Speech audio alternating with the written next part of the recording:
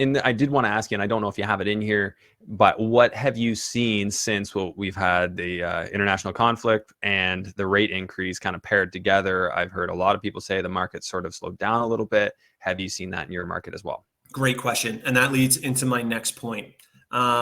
Within the last 2 weeks, we've seen showing activity fall off a cliff.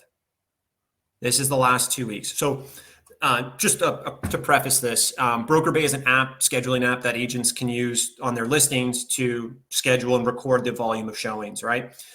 We use it for ours. It's a fantastic system for what we need it for. And it does record data. It does come with a disclaimer saying that this data isn't 100% accurate. But this is one tool that we use to prepare our listings and our sellers, but also indicate our buyers on how aggressive or active our market is for other buyers, how many showings are really going on.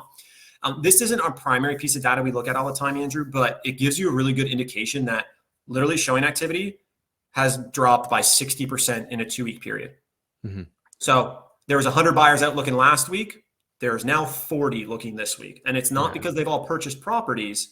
There's literally the less people going out to view homes right now. So it's a lot of uncertainty, right? People don't know what to make of situations. Maybe they're thinking, well, maybe we should see how this plays out before we make a decision. So I don't think this demand goes away, but I think it does present an opportunity. I think, the same thing when the lockdowns first started, we saw every market sort of took a little bit of a dip. And then after a month, it was hot as ever. And you got it. No one can say that's what's going to happen here, but people are doing that wait and see thing. And that seems to be where a lot of opportunity happens. I couldn't agree more. I think there's a lot of people that need a market to take a little bit of a dive because prices have gone up so aggressively, but you have to think about it not necessarily with the data for a moment. If prices have gone up as aggressively as they have in the last 2 months, a market cannot continue to appreciate that aggressively. It is super unsustainable.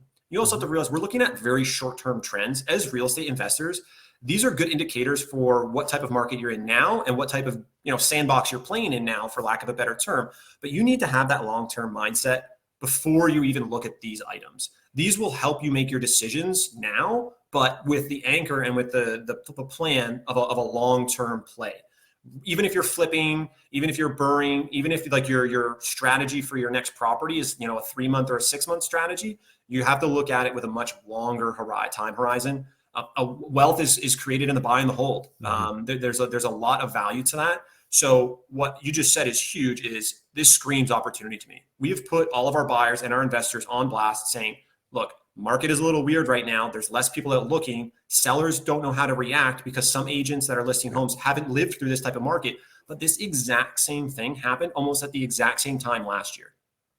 Was it last year or 2 years ago? Were we talking? Last year, around the same time of year, took a little bit of a breath right after February in our market. Okay. And we've had pockets. Typically, it's in the summer or right after the fall, leading into the kind of that December month, right?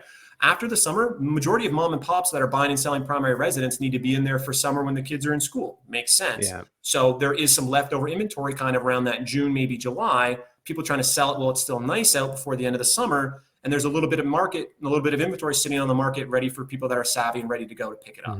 So for now, we're actively looking. We have clients that have recently purchased within the last few days as these shifts have really started. And now we have investors that were kind of hesitant because they expected prices to increase like they had in January and February, where we're coming back to them and saying, hey, look, we could probably scoop up someone where we may not even have to compete for a property now. Yeah. Some people aren't even holding off offers. They're doing 24 hours irrevocable on offers.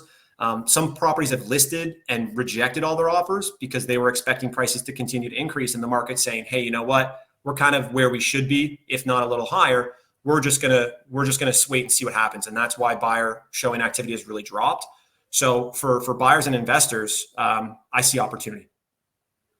Yeah, definitely. I mean, the key question is, and I think this is probably a good segue into what we're going to get into next, is are fundamentally cash flowing, we'll call it, fundamentally cash flowing properties still an option, still a possibility in your region? Absolutely. Absolutely. So I'm sure we'll see some examples of that, right? You got it. So we're going to jump back over to the presentation, guys.